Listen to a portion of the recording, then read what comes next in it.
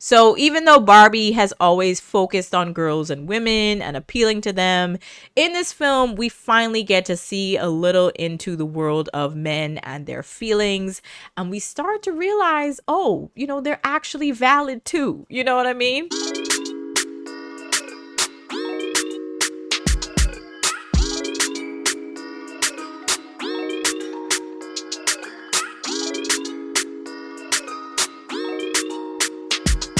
What is up, you guys? Welcome to the channel. Today we are going to be diving into the Barbie movie. I'm finally going to be talking about it. I actually watched this back in August, so yeah, I am definitely behind, okay, but we're finally getting to it, so here it is. This film definitely took the summer by storm.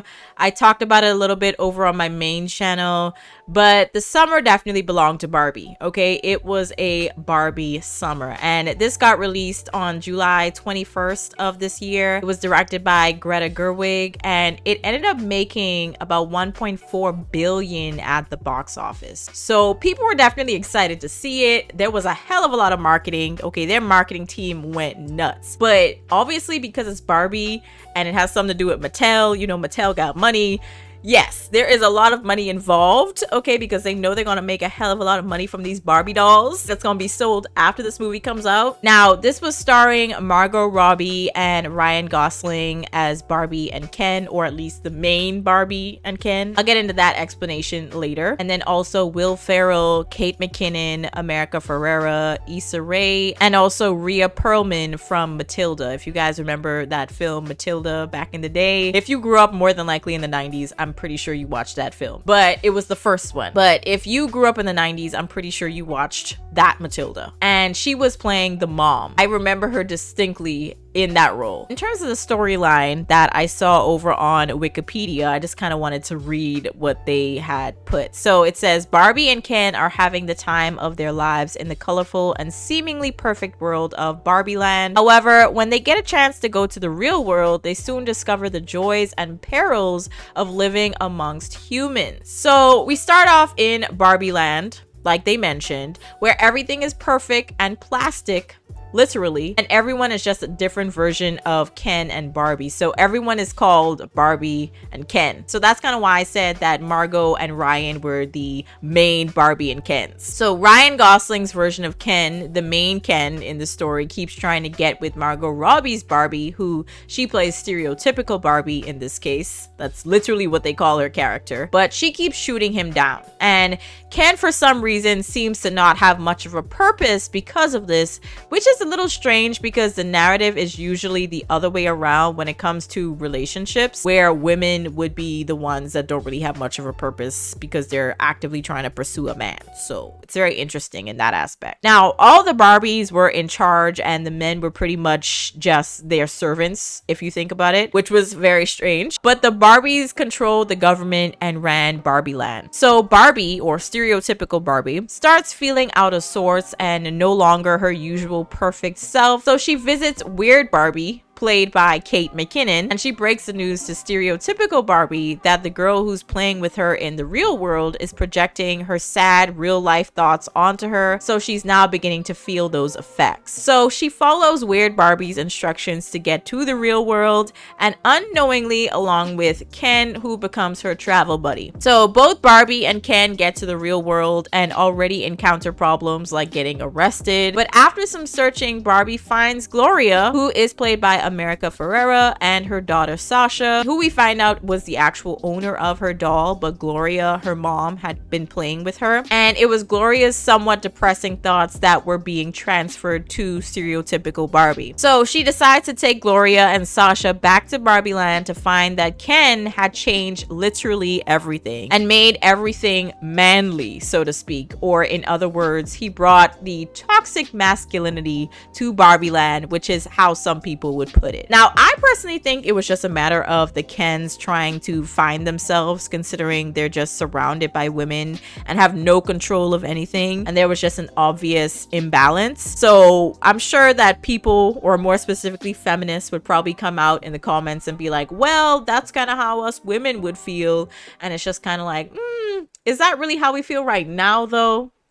I do feel like there's more of a balance now than there probably ever was in history. So this is kind of why I never really understood the point of creating Ken when Barbie always was the focus, along with the idea of women being anything and everything that they wanted to be. And girls and women were always the focus, so there wasn't really any room for Ken to begin with. So regardless, the Kens push stereotypical Barbie out, and they managed to brainwash the other Barbies into now becoming their servants, so to speak. So around this time is when Gloria gives her much talked about and most memorable monologue in a movie that I've heard in a while, and I actually let out a tear or two because of how on point this was and closely connected to my feelings as a woman a lot of the times. But of course, I'm not about to sit here and read it, but it was great and she kind of stole the show for me. Ultimately, they figure out that she can just say similar things to what she said in her monologue to all the other Barbies to get them to snap out of their trance that they were in because of the men. So all the Barbies eventually snap out of their brainwashing moment, and Barbie Land is back up and running and back to normal, but stereotypical Barbie still feels a longing to be in the real world, which leads her to the moment with Rhea Perlman's character, Ruth, who I believe was actually the original creator of Barbie in real life, along with Mattel, of course. But I believe in this movie, she had already passed away, and it was actually her ghost that was talking to stereotypical Barbie. But ultimately, stereotypical Barbie leaves Barbie Land and becomes real, and the movie ends with her making a visit to the gynecologist, which isn't always such a comfortable experience, so I wish her the best. But let's talk about, obviously, my thoughts. I kind of put them in here and there throughout my retelling of the storyline, but I really kind of want to get into what I was like really thinking about the film. I think the whole film was supposed to kind of be a commentary about feminist ideals, but making it digestible for everybody, because it wasn't like the writers were trying to beat you over the head with those ideals, but coming from a place where there's a little more balance, in my opinion. So even though Barbie has always focused on girls and women and appealing to them, in this film we finally get to see a little into the world of men and their feelings, and we start to realize, oh, you know, they're actually valid too, you know what I mean? So we get to see Ken explore his wants and needs, and instead of just being a part of Barbie's world, he creates his own. Even though he went a little overboard at first, he ended up finding the balance. Now, what I find interesting, this is going to be now my second point. What I find interesting is that in the film, when it comes to the actors playing the various Barbies, they came in all different shapes and sizes, literally. But when it came to the Kens, pretty much all of them were the stereotypical good-looking and muscular guy, except for Michael Cera's character, Alan, who obviously was supposed to be a little more normal, so to speak. So I find that interesting. Find that really interesting. And it does kind of make me wonder, obviously, if that directly coincides with what's been going on with the fat positivity movement and everything with regards to women's bodies, to be more specific. Because when it does come to that movement, it does feel as though it's more so supposed to be about women, and nobody really cares about the men. No one cares about the plus-sized men out there. So I find it interesting that they didn't really have much in terms of the men being of different shapes and sizes also. Obviously, they had a range when it came to the actors and actresses that, you know, played them. It was very diverse. I just thought that it was pretty interesting, considering that the notion, you know, of body positivity for women, but not so much for men. It just, you know, it's something to think about. Now, overall, I thought it was a pretty good film. It was a little slow in some areas, okay? I gotta admit that, but overall, it was all right. It's definitely something to make you think, but without doing too much preaching. You know, it just seems more of like a natural way of getting across a message. So people are obviously welcome to think what they wish when it comes to this film, and many have said that they disliked it because of some of the underlying feminist points, which is fair, but I personally think it was a little bit more than just that, but people will think what they want to think, and it kind of is what it is.